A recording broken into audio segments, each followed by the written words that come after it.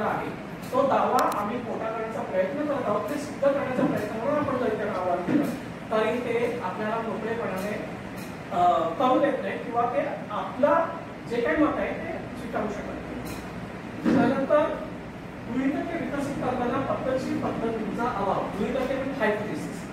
आता ही गृहीतके ज्यावेळेला विकसित करतात, ज्यावेळेला एखादा सायंटिफिक आपण सिद्धांत मांडतो, एखादं संशोधन आपल्याला करायचं असेल तर त्या संशोधनामध्ये बऱ्याच प्रतिक्रिया असतात. त्यामध्ये सुरुवातीला जे कोणते शोध लागलेले आहेत तर त्या शोधांचा अभ्यास करण्यासाठी त्याच्यावर आपण नंतर लिटरेचर लिहू. हा आता मराठीमध्ये लिटरेचर लिहूला काय सांगितलं, साहित्याचा परामर्श.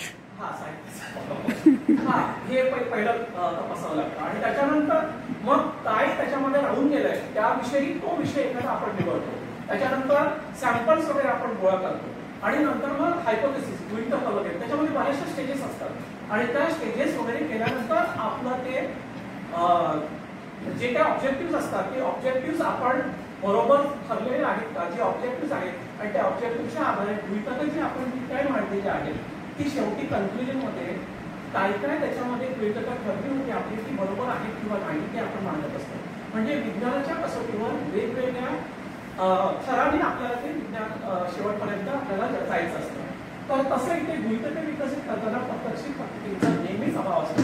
एखाद्याने कुणीतरी सांगितलंय म्हणून ते आपण सर्वमान्य झालेलं आहे आणि आता ते खरंच आहे. जसं आपल्याला माहिती आहे तुकाराम महाराज नाही ज्ञानेश्वर महाराज ज्या वेळेला ते कोणाला सामोरे गेले त्या भिंतीवरून सामोरे गेले, भिंतीवरून चालत चांगदेव चांगदेवाला सामोरे गेले तर भिंत चालत गेली आणि ते त्याच्या समोर गेले. कोणी बघितलंय? कोणी नाही बघितलंय. पण हे अगोदरपासून आपल्याला ग्रंथांमध्ये सांगितलं गेलेलं आहे, ग्रंथामध्ये लिहिलं गेलंय, त्यामुळे आपण ते मानतो. बरोबर. म्हणजे अशा प्रकारचा प्रभाव आपल्यावर झालेला असतो आणि हे शब्दविज्ञानाचा एक भाग असतो. स्युडोसायन्स गृहीतके प्रायोगिकरित्या बदनाम झाल्यानंतर बरेच दिवस पालन चालू ठेवल्यास त्यांना एक प्रकारची मान्यता मिळते. म्हणजे तसंही आपल्याला उदाहरण सांगितलं एक प्रकारची पूर्ण मान्यता मिळून जाते आणि ते आहे ते खरोखर आहे, बरोबर आहे, आम्हाला वाटते बरोबर आहे कारण पूर्वापासून ते चालत आले आणि त्यामुळे चालू केल्यास त्यांना एक प्रकारची मान्यता मिळते आणि ती प्रथा म्हणून व्यवस्थापित होते. ठीक आहे. तसंच एक उदाहरण मी अजून एक सांगेन. प्रेत एखादा नवरा बायको आहे कौगलवर, त्याच्यापैकी नवऱ्याचं निधन झालं तर बऱ्याच जणांच्या समाजामध्ये अलीकडे ही बरीचशी वस्तुस्थिती आहे. आता सगळ्या समाजामध्ये असते किंवा नाही कंपनी नाही सांगू शकत, पण कोकणामध्ये आमच्याकडे बऱ्याचशा ठिकाणी आहे किंवा सातारला पण मी पाहिलेलं आहे की जो नवरा वागलेला आहे त्याच्यानंतर त्याच्या मृत्यू पश्चात किरडीच्या समोर बाईला बसवून तिचं कुंकू पुसवलं जातं. ती सुद्धा कुंकू पुसायचं कुणी तर जी एखादी विधवा बाई आहे तिला आणून तिथे बसवायचं, तिने तिच्या बांगड्या फोडायच्या, तिचं कुंकू पुसायचं, तिच्या गळ्यातलं मंगळसूत्र काढून टाकायचं, ते का करायचं? कारण पूर्वापार चालत आलेलं. आता हे पूर्वापार चालत आले म्हणून आपणही चालू करून ठेवायचे का?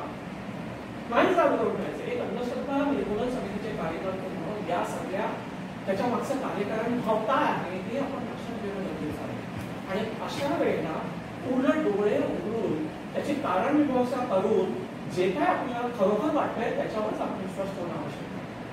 पण हा जो प्रकार आहे आता आमच्याकडे याच्यावर भरपूर चर्चा झाली आणि आम्ही आता कोकणामध्ये बऱ्याचशा काही गावांमध्ये याच्यावर त्यांनी ठराव पण केलेले आहे की अशा प्रकारे आणि मग त्या विधवा स्त्री असतात त्यांना वेगवेगळ्या ठिकाणी समारंभ वगैरे असतात तिकडे जाण्यावर वगैरे बंदी असते. हा सगळा प्रकार वगैरेचा असतो तर त्याच्या विरोधात बऱ्याचशा गावकऱ्यांनी बऱ्याचशा ग्रामपंचायतीमध्ये ठराव केले गेलेले आहेत की हा सगळा प्रकार चुकीचा आहे. हा